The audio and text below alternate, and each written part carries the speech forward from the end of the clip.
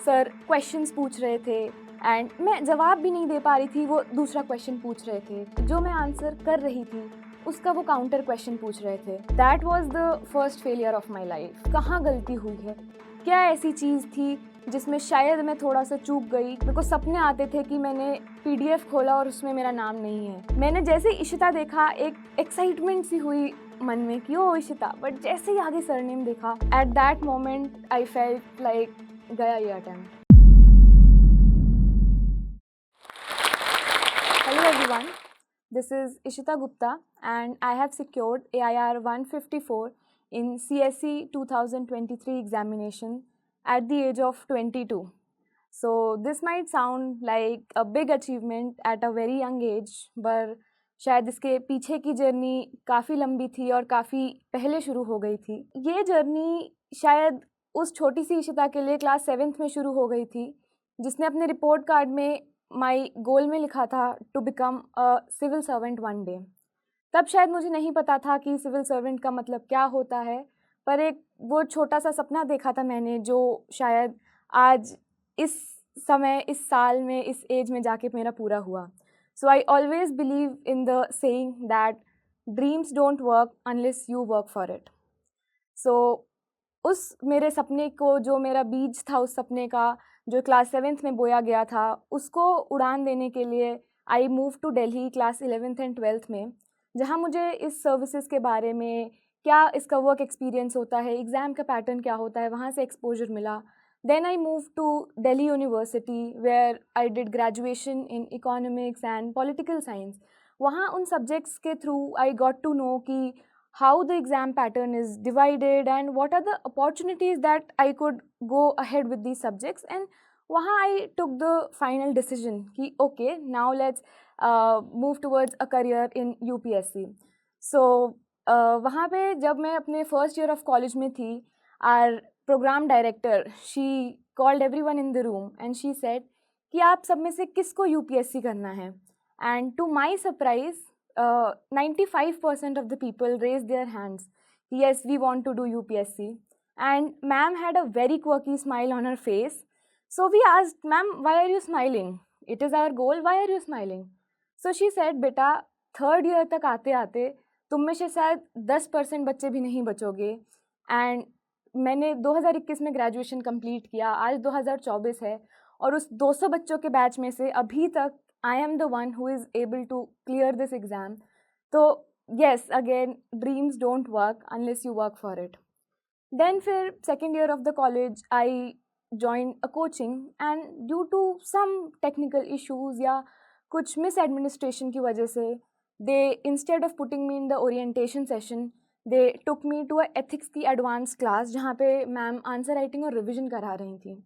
And a person जिसने UPSC का काखा गाघा भी नहीं सीखा, उसको आपने एक आंसर राइटिंग वाले इन्वायरमेंट में बिठा दिया। वो 2 घंटे आई वॉज, मेरी पूरी ज़िंदगी शायद मैंने जितना भी बचपन से लेके I was the topper of my class हर समय, वो सब मेरी आंखों के सामने से चला गया।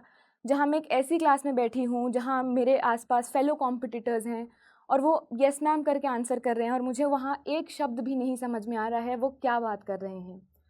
तो जब मैं वहाँ से निकली, मेरी आँखों में आँसू थे, मुझे लगा ये क्या चीज़ है, ये तो मेरे सर के ऊपर से जा रही है, मैं नहीं कर पाऊँगी ये। मैंने अपने मम्मी पापा को कॉल किया, मैं बहुत घबरा गई थी, मैं एकदम से ऐसे डर गई थी कि ये क्या ऐसी चीज़ है, ये एलियंस जैसी चीज़ है, ये क्या है, ये मेरी तो समझ में नहीं आ रही। किसी तरह मम्मी पापा ने मुझे शांत किया। फिर से मैंने एक नई कोचिंग जॉइन की। वहाँ पे क्योंकि ये कॉलेज के साथ की कोचिंग थी, तो वीकेंड्स पे मेरी कोचिंग होती थी और वीकडेज़ पे कॉलेज होता था। सुबह 8 बजे से क्लासेस स्टार्ट हो जाती थी और शाम के 6 बजे तक वो क्लासेस चलती थी। उन क्लासेस के बीच में शायद 15 से 20 मिनट का ब्रेक मिलता था।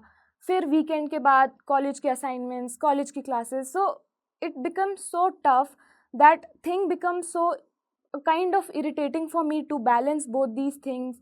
मैं पढ़ रही हूँ, मेरे पास रिविजन के लिए टाइम नहीं था। उस समय पे भी आके एक पॉइंट ऐसा आया where I felt like giving up. I felt like मैं नहीं कर पाऊँगी, ये लोग कर लेते होंगे पर शायद मैं नहीं कर पाऊँगी। वहाँ पे भी फिर एक ड्रॉप आया मेरी जर्नी में। देन फिर वहाँ से एक उठने की जर्नी स्टार्ट हुई एंड उस समय शायद एक कहते हैं ब्लेसिंग इन डिस्गाइज की तरह आया कोविड और लॉकडाउन का पीरियड, जहाँ पे मैं अपने घर वापस गई।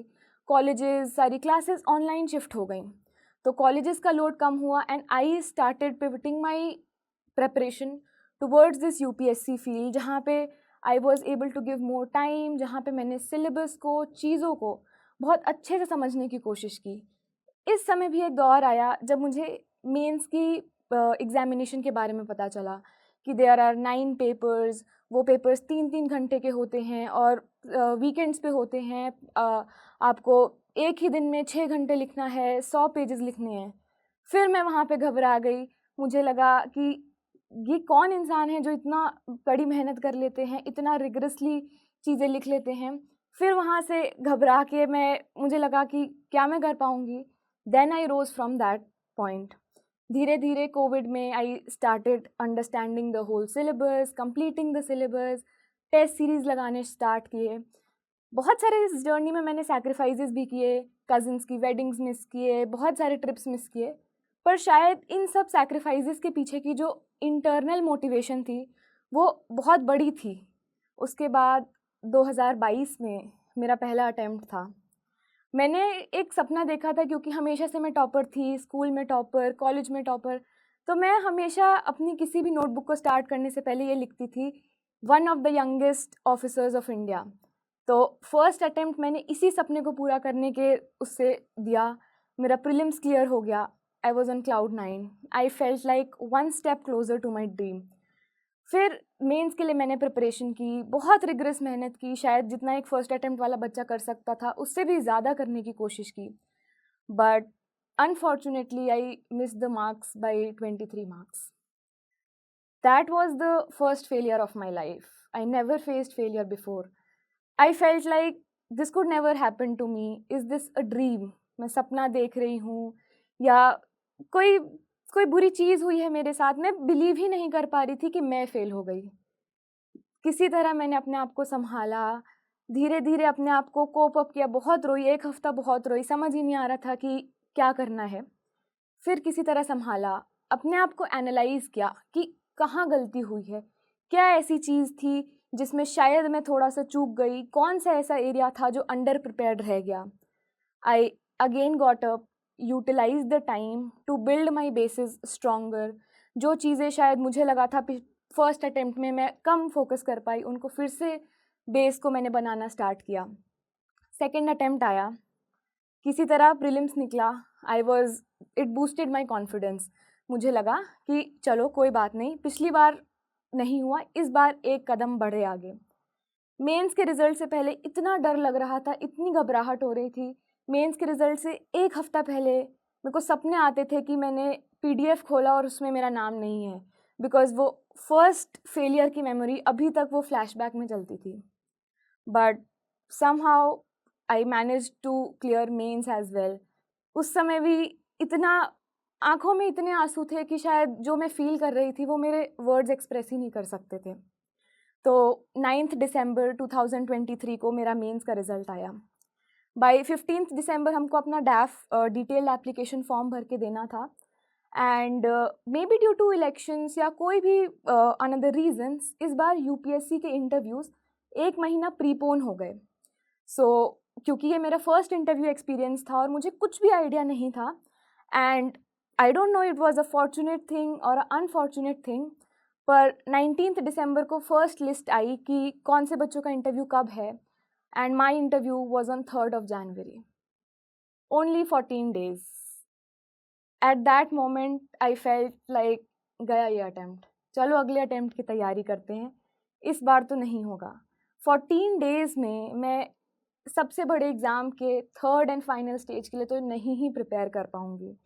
आई gave up. I literally I was at the from my bottom of my heart I felt like कि I have lost the battle already. But किसी तरह मेरे फैमिली, मेरे पेरेंट्स, मेरे फ्रेंड्स ने मेरे को इतना मोटिवेट किया, इतना मेरा मनोबल बढ़ाया कि धीरे धीरे I started working hard. I started identifying the areas कि क्या ऐसी चीज़ें हैं जो मैं कम समय में ज़्यादा कवर कर सकती हूँ, क्या प्रायोरिटी चीज़ें हैं जिनको ज़्यादा फोकस करना इस समय इम्पॉर्टेंट है। तो वहाँ पे भी इंटरव्यू समय में मैंने शायद इतनी रिगरस मेहनत की उन 14 दिन, शायद मेरे ज़िंदगी के वो 22 साल में मैंने इतनी मेहनत कभी नहीं की होगी जितना उन 14 दिनों में मेहनत की। मुझे 14 दिनों के बाद मैंने जब मॉक्स दिए, फर्स्ट मॉक, सेकंड मॉक्स, मैंने जिस तरह की पर्सनैलिटी खुद की देखी, किस तरह से मैं आंसर्स प्रेज़ेंट कर रही हूँ, किस तरह से मैं पैनलिस्ट्स के सामने बिहेव कर रही हूँ, मुझे खुद भी नहीं भरोसा हुआ कि मैं वही शख्सियत हूँ। तो finally 3rd of January I, interview day. जो यूपीएससी भवन के बाहर की जो वॉल है जिसमें रेड लेटर्स में यूपीएससी लिखा है, यूनियन पब्लिक सर्विस कमीशन, उसके सामने साड़ी पहन के खड़े होना और वहाँ पे फ़ोटो खिंचवाना, शायद हर एस्पिरेंट का सपना होता है कि एक बार वो फ़ोटो ज़रूर चाहिए। मैं वहाँ गई और जब वो फ़ोटो खिंचवाई, अपने आप को देखा, मुझे भरोसा ही नहीं हो रहा था कि मैंने कहाँ से शुरू किया। जहाँ मैं एक क्लास में बैठी थी, जहाँ पे मुझे कुछ समझ नहीं आ रहा था, उन्होंने एथिक्स पढ़ा दिया था मुझे और मुझे कुछ समझ नहीं आ रहा था। मैंने तब गिव अप करने की सोची और आज मैं यहाँ तक आ गई हूँ।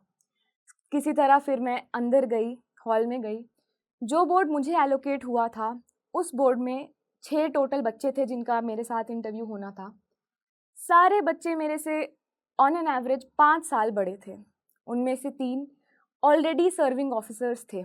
उनको देख के मैं एक बार फिर घबराई। मैंने कहा कि मेरा कंपटीशन इन लोगों से है जो ऑलरेडी एक बार क्लियर कर चुके हैं। मेरा कंपटीशन इन लोगों से है जिन्होंने 2 बार, 3 बार, 4 बार अटेम्प्ट दे दिया है, जिनको मेरे से चीज़ों के बारे में कई ज़्यादा नॉलेज है। मैं फिर से एक बार नर्वस हो गई। मुझे लगा कि will I be able to do it और नॉट, बट किसी तरह अपने कंपोजर को, अपने कॉन्फिडेंस को संभाल के रखा। I went in to the room with the same smile and confidence. The interview began. Chairman sir ने क्वेश्चंस पूछना स्टार्ट किया। धीरे धीरे माहौल सेट हुआ पूरी कॉन्वर्सेशन का, पूरे इंटरव्यू का। एंड एक पॉइंट ऐसा आया जहाँ पे थोड़ी सी चीज़ें इंटेंस हो गई। सर क्वेश्चंस पूछ रहे थे एंड मैं जवाब भी नहीं दे पा रही थी, वो दूसरा क्वेश्चन पूछ रहे थे। जो मैं आंसर कर रही थी उसका वो काउंटर क्वेश्चन पूछ रहे थे। तो वहाँ पे मुझे ऐसा फील हुआ कि मैं अपनी बात भी नहीं रख पा रही हूँ। जो मैं कहना चाह रही हूँ वो क्या मैं सर को कन्वे कर पा रही हूँ कि नहीं। तो जब इंटरव्यू ख़त्म हुआ, मैं हॉल से बाहर आई, एक बार फिर मेरी आंखों में आंसू थे। मुझे लगा ये मेरी बेस्ट परफॉर्मेंस तो बिल्कुल नहीं थी। मॉक्स में मैंने इससे बेटर परफॉर्म किया था, इससे बेटर चीज़ों पे अपने ओपिनियंस, अपनी नॉलेज को मैंने बेटर प्रेजेंट किया था। बिल्कुल भी मैं खुश नहीं थी अपने परफॉर्मेंस से, अपने एक्सपीरियंसेस से। फिर मेरे मम्मी पापा ने मुझसे पूछा कि बेटा कैसा रहा एक्सपीरियंस, क्या क्या पूछा, क्या आंसर्स दिए तुमने। मैंने पूरी उनको अपनी स्टोरी सुनाई एंड बिल्कुल भी मेरे एक्सप्रेशंस में खुशी नहीं थी, एक्साइटमेंट नहीं थी। पर तब मेरी मम्मी ने मुझे कहा कि नहीं, क्योंकि शायद वो भी एक प्रोफेशनल हैं, पब्लिक डीलिंग में रहती हैं, शायद चीज़ों को बेहतर समझती हैं मुझसे।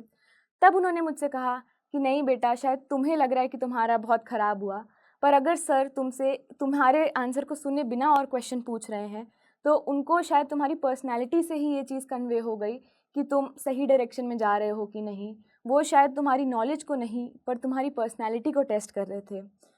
तो ये तो मेरी इंटरव्यू की स्टोरी थी। एंड उससे आगे इंटरव्यू को ही रिज़ल्ट के बारे में अगर मैं बताऊँ, तो I got 200 marks in the interview, जो कि शायद one of the highest scores की तरफ जाता है। It is considered to be very good scores.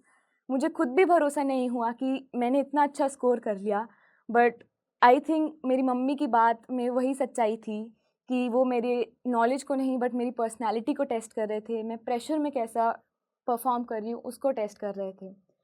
तो इंटरव्यू ख़त्म हुआ, उसके बाद रिज़ल्ट डे के बारे में अगर मैं आपसे शेयर करूँ, तो जब रिज़ल्ट आने वाला था, मैं घर में अकेली थी, मेरे मम्मी पापा अपने काम पे गए हुए थे।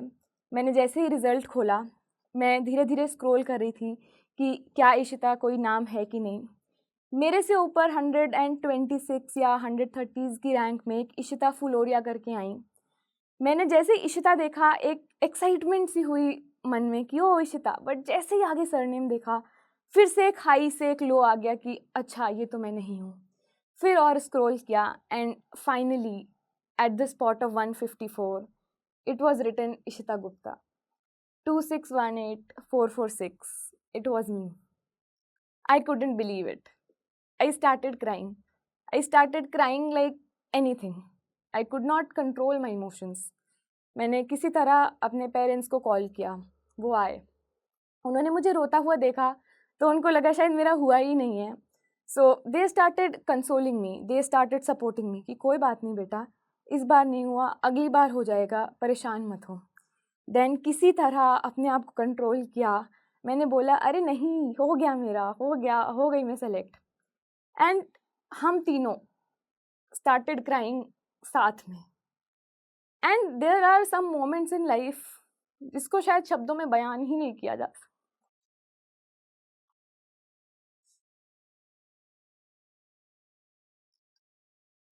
कुछ ऐसे मोमेंट्स होते हैं जिनको शायद हम वर्ड्स में एक्सप्रेस ही नहीं कर सकते, वो सिर्फ इमोशंस में ही एक्सप्रेस हो पाते हैं, वो सिर्फ आपके क्लोज्ड वंस ही फील कर पाते हैं। उस दिन मुझे ऐसा फील हुआ कि एक पुरानी सोल ने मेरी बॉडी को छोड़ा और एक नई सोल एंटर की।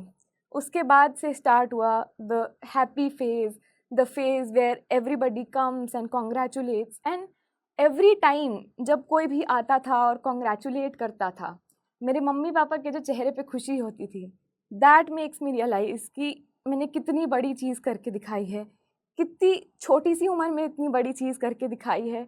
ये बात जिस तरह से मम्मी पापा मेरी अचीवमेंट पे खुश होते हैं, दे फील प्राउड कि आज वो मेरे नाम से जाने जा रहे हैं, वो फीलिंग बहुत ही सरियल है। It makes all the struggle of these 4 years worth it. जितने सैक्रिफाइसेस थे, जितने आइसोलेशन के मोमेंट्स थे जहाँ पे मेरे दोस्त पीछे छूट गए, रिलेटिव्स के फंक्शंस में नहीं जा पाई, जितने डिप्रेसिंग मोमेंट्स थे, it makes everything worth it. तो शायद एक कहावत है कि सफ़र खूबसूरत है मंजिल से भी, तो ये सफ़र ही ऐसा है कि जहाँ पे लोज भी हैं, अप्स भी हैं, पर अगर आपने सफ़र को जी लिया, इस सफ़र में आपने अपना बेस्ट दिया, अपना हार्ड वर्क, अपने डेडिकेशन से आप कभी पीछे नहीं हटे, तो ये सफ़र इतनी खूबसूरती से आपको शेप करेगा, आपकी पर्सनैलिटी को अंदर से निखारेगा कि आपको पता भी नहीं चलेगा और आप कहाँ से कहाँ पहुँच जाएंगे। तो ये थी मेरी कहानी। This was Ishita Gupta. Thank you. Hello aspirant, हम में से बहुतों का सपना है IAS ऑफिसर बनने का, लेकिन यह जर्नी बहुत मुश्किल है। हम प्रिपरेशन कहाँ से स्टार्ट करें, कौन सा स्टडी मटेरियल यूज करें, कोचिंग लें कि नहीं, हमारे मन में बहुत क्वेश्चंस हैं, लेकिन हमारे पास शायद गाइडेंस पाने का जरिया नहीं है। और इसलिए बहुत एस्पिरेंट ने जोश से रिक्वेस्ट किया कि क्या जोश टॉक्स एस्पिरेंट को हेल्प कर सकता है उनकी इस जर्नी में। जोश टॉक्स पर बहुत ब्यूरोक्रेट्स और अनेक टीचर्स और कोचिंग्स आती हैं अपनी कहानी सुनाने। जोश टॉक्स ने उन्हें रिक्वेस्ट किया कि क्या ये कोचिंग जोश की फैमिली से बात करेंगे और हमारे डाउट सॉल्व करेंगे। डाउट जैसे प्रिपरेशन स्टार्ट कैसे करें, कोचिंग ले कि नहीं, कौन सी कोचिंग ले, ऑफलाइन या ऑनलाइन, कौन सा स्टडी मटेरियल यूज करें, क्या कोचिंग फीस में कुछ माफी हो सकती है। तो एक कोचिंग और मान गई है, शून्य IAS। अब हमें कांटेक्ट करेगी और हमारे क्वेश्चंस का आंसर करने में हेल्प करेगी। हम शून्य IAS से अपने सारे डाउट पूछ सकते हैं और घर बैठे अपने क्वेश्चंस का आंसर कर सकते हैं। इसके अलावा जोश टॉक ने शून्य IAS से ये भी बात की और रिक्वेस्ट की कि क्या वो जोश की फैमिली के लिए अपनी फी में कुछ डिस्काउंट कर सकते हैं। आज मुझे बहुत ही खुशी है हम सबके साथ ये शेयर करने की कि वो मान गए हैं। जोश टॉक्स और भी टीचर्स से रिक्वेस्ट कर रहा है कि वो जोश के स्टूडेंट्स को घर बैठे फोन पर गाइडेंस और इन्फॉर्मेशन प्रोवाइड करें। तो नीचे एक फॉर्म दिया गया है। अगर हम चाहते हैं कि हमें इस इंस्टीट्यूट से फ़ोन आए तो हमें अपना नाम और नंबर शेयर कर सकते हैं। आपको जब फ़ोन आए तो मेंशन करना मत भूलिएगा कि आप जोश फैमिली के एक पार्ट हो, ताकि आपको फी में एक्स्ट्रा डिस्काउंट मिल पाए। Best of luck for all the aspirant. जोश हमेशा हमारे साथ खड़ा है। जय हिंद।